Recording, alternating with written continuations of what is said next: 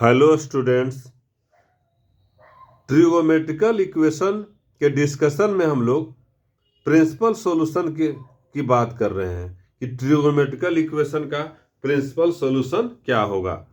हमने के यहाँ एग्जाम्पल लिया है tan x बराबर -1/√3, tan x बराबर -1/√3।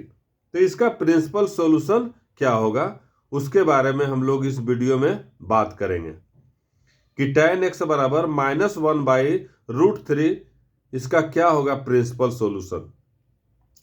तो हम लोग जानते हैं कि प्रिंसिपल सॉल्यूशन जो है वो प्रिंसिपल सॉल्यूशन लाइज करता है 0 से 2 पाई के बीच में।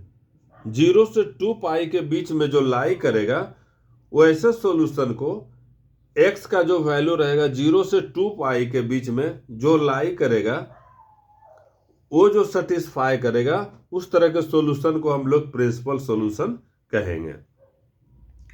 और tan x बराबर -1/√3 है तो हमको पता होना चाहिए कि tan x ये निगेटिव है, tan x बराबर निगेटिव वैल्यू है तो हमको पता होना चाहिए कि tan x किस क्वाड्रेंट में निगेटिव होता है। तो जैसे यहाँ पर हम देखते हैं इसको, तो ASTC रूल जो है, ए माने ऑल ट्रिगोमेट्रिक फंक्शन, एस मतलब साइन और कॉसेक भी हो जाएगा, टी मतलब टैन या कॉट, और सी मतलब कॉस या सेक। तो यहाँ टैन देख रहे हैं कि ऑल पॉजिटिव है, फर्स्ट क्वाड्रेंट में टैन पॉजिटिव है जो कि अल्फा है, मान लीजिए अल्फा कोई एंगल है तो टैन अल्फा लेंगे फर्स्ट क्वाड्रेंट में तो पॉजिटिव रहेगा। सेकेंड क्वाड्रेंट में यहाँ पर है पाई माइनस अल्फा, यहाँ पर टैन पाई माइनस अल्फा लेंगे तो ये निगेटिव रहेगा। यहाँ पर जो थर्ड क्वाड्रेंट में है पाई प्लस अल्फा है, ये थर्ड क्वाड्रेंट में टैन जो है वो पॉजिटिव रहेगा। और फोर्थ क्वाड्रेंट में 2 पाई माइनस अल्फा लेते हैं जो कि टैन जो है वो यहाँ पर निगेटिव रहेगा। तो टैन हम देख रहे हैं सेकेंड क्वाड्रेंट में और फोर्थ क्वाड्रेंट में यहाँ निगेटिव है। देखिए सेकेंड क्वाड्रेंट में और फोर्थ क्वाड्रेंट में टैन जो है वो निगेटिव है, बाकी फर्स्ट और थर्ड में जो है वो टैन जो है पॉजिटिव होता है। तो यहाँ tan x बराबर -1/√3 दिया हुआ है, tan x बराबर -1/√3 दिया हुआ है। तो tan x बराबर -1/√3 दिया हुआ है। तो हम लोग सिंपल क्या करते हैं इसको, जैसे जो भी यहाँ पर tan x बराबर दिया हुआ है तो इसको मान ले tan अल्फा बराबर ये मॉड इसका ले लेते हैं, -1/√3 का मॉड जब ले लेंगे तो ये मॉडुलस जब हम ले लेंगे इसको -1/√3 का जब हम मॉड ले लेंगे तो ये 1/√3 हो गया, मतलब प्लस में हम इसको बदल लिए, प्लस में हम इसको बदल लिए। तो tan अल्फा बराबर 1/√3 इसको इसका हम मॉड ले लेंगे। अगर यहाँ प्लस रहेगा तो वही सही हो जाएगा, प्लस रहेगा तो इसमें अल्फा का सोल्यूशन हमको मिल जाएगा वैल्यू। लेकिन अगर माइनस में है तो उसको हम क्या करेंगे, मॉड ले लेंगे, उसका मॉडुलस लेंगे, पॉजिटिव वैल्यू ले लेंगे। पॉजिटिव वैल्यू लिए जब इसका मॉडुलस लिए तो 1/√3 आ गया। तो यहाँ पर से अल्फा का वैल्यू, कहने का मतलब हमको पता है कि tan अल्फा बराबर ये होता है, ये tan π/6 बराबर होता है 1/√3 होता है, ये tan π/6 बराबर 1/√3 होता है। तो कहने का मतलब अल्फा का वैल्यू मेरा हो गया, अल्फा बराबर हो गया π/6, अल्फा बराबर हो गया π/6, अल्फा बराबर हो गया मेरा π/6। किस किस क्वाड्रेंट में जो है वो tan x निगेटिव है। अब हम ओरिजिनल इक्वेशन को देखते हैं, तो सेकेंड क्वाड्रेंट में है tan x निगेटिव है, अब फोर्थ क्वाड्रेंट में tan x निगेटिव है। तो सेकेंड क्वाड्रेंट में जो निगेटिव है इसका मतलब कि पाई माइनस अल्फा ये जो वैल्यू रहेगा वो इसका प्रिंसिपल सॉल्यूशन में शामिल होगा। और फोर्थ क्वाड्रेंट में 2 पाई माइनस अल्फा ये जो वैल्यू रहेगा वो फोर्थ क्वाड्रेंट में जो है इसका प्रिंसिपल सॉल्यूशन में ये होगा। जैसे यहाँ पर देखिए पाई माइनस अल्फा तो ये हो जाएगा पाई माइनस अल्फा, मतलब ये π/6 है, π/6 है, और 2 पाई माइनस अल्फा मतलब π/6 है। तो इसका जो प्रिंसिपल सॉल्यूशन हो गया, प्रिंसिपल सॉल्यूशन हो गया पाई माइनस π/6, तो ये 5π/6 हो जाएगा। एंड देखिए एंड ये 11 π/6, दो इसका सॉल्यूशन होगा, एक हो गया 5π/6 और दूसरा हो गया 11 पाई/6। ये tan x का ये -1/√3 का प्रिंसिपल सॉल्यूशन हो गया 5 पाई/6, और दूसरा हो गया 11 पाई/6 हो गया।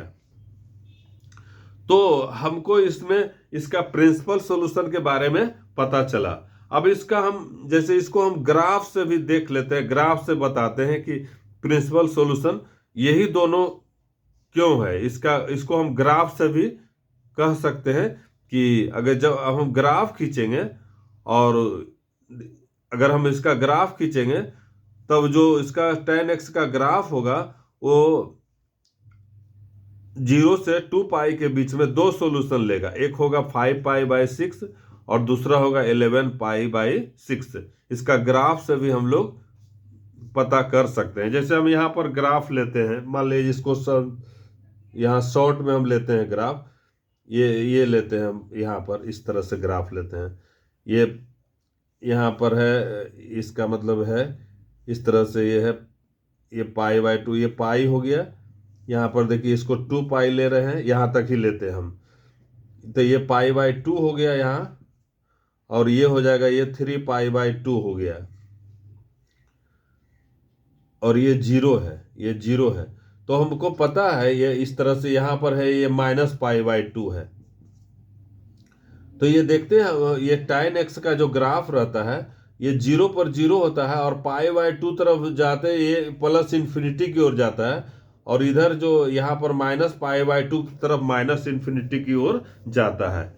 इस तरह से पाई पर भी इसका वैल्यू होता है 0, पाई से 3 पाई/2 तरफ जाता है तो ये +∞ की ओर जाता है, और इस तरह से ये -∞ की ओर जाता है। 2 पाई के बाद में मेरा ग्राफ इस तरह से, यहाँ 2 पाई पर ये 0 होता है, 0 से इधर +∞ जाएगा, यहाँ पर रहेगा ये 2 पाई है, तो ये 5 पाई/2 होगा। यहाँ पर ये 5 पाई/2 है, और इस तरह से ये इधर -∞ की ओर जाता है। तो मेरा यहाँ tan x बराबर -1/√3 है, -1/√3। तो ये किसके बराबर है? -1, यहाँ पर tan x बराबर -1/√3 जो है वो किसके बराबर है, किस नंबरिकल वैल्यू के बराबर है? तो ये -1/1.7, ये इसको हम जब करेंगे, कहने का मतलब इस तरह से आ रहा है। इसका जो ग्राफ होगा tan x बराबर -1/3, ये इस तरह से यहाँ पर होगा इसका ग्राफ। ये निगेटिव वैल्यू है, तो इसका ग्राफ जो होगा tan x बराबर -1/√3 ये है। tan x बराबर -1/√3 इसका ये ग्राफ है। तो ये 0 है, यहाँ पर है 0 से लेकर के 2 पाई तक के बीच में इसका क्या सॉल्यूशन होगा, जहाँ की ये यहाँ पर देखिए एक आ रहा है 0 के बाद में एक यहाँ पॉइंट है जिससे क्या वैल्यू है tan x बराबर -1/√3 आ रहा है। और इसके बाद कहाँ आ रहा है, एक यहाँ देखिए आ रहा है, यहाँ पर आ रहा है, यहाँ ये इनपुट और ये इनपुट पर tan x जो है -1/√3 हो रहा है। ये देखिए tan x जो है इस इनपुट पर -1/√3 हो रहा है, और इस इनपुट पर देखिए -1/√3 हो रहा है। तो प्रिंसिपल सॉल्यूशन जो रहता है 0 से 2 पाई के बीच में, इसका दो जगह जो है वो वैल्यू जो है वो -1/√3 हो रहा है। और ऐसे तो इसका इनफाइनाइट नंबर ऑफ सॉल्यूशन है, जिसको हम लोग जनरल सॉल्यूशन कहते हैं।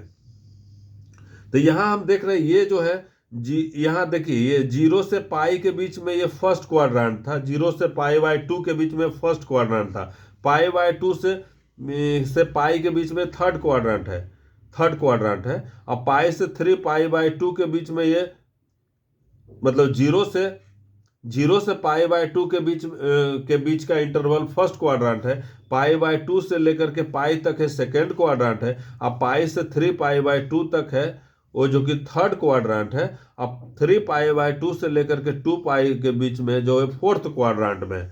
तो हम देख रहे हैं यहाँ पर, देखिए यहाँ पर जो कि सेकेंड क्वाड्रेंट में इसका निगेटिव वैल्यू हो रहा है। देखिए सेकेंड क्वाड्रेंट में जो इनपुट हम डाल रहे हैं, x का हम वैल्यू डाल रहे हैं, तब tan x जो है वो निगेटिव हो रहा है, जो कि यहाँ पर -1/√3 हमने लिया है। अब फोर्थ क्वाड्रेंट में देखिए, फोर्थ क्वाड्रेंट के इनपुट पर जो है वो tan x यहाँ निगेटिव हो रहा है।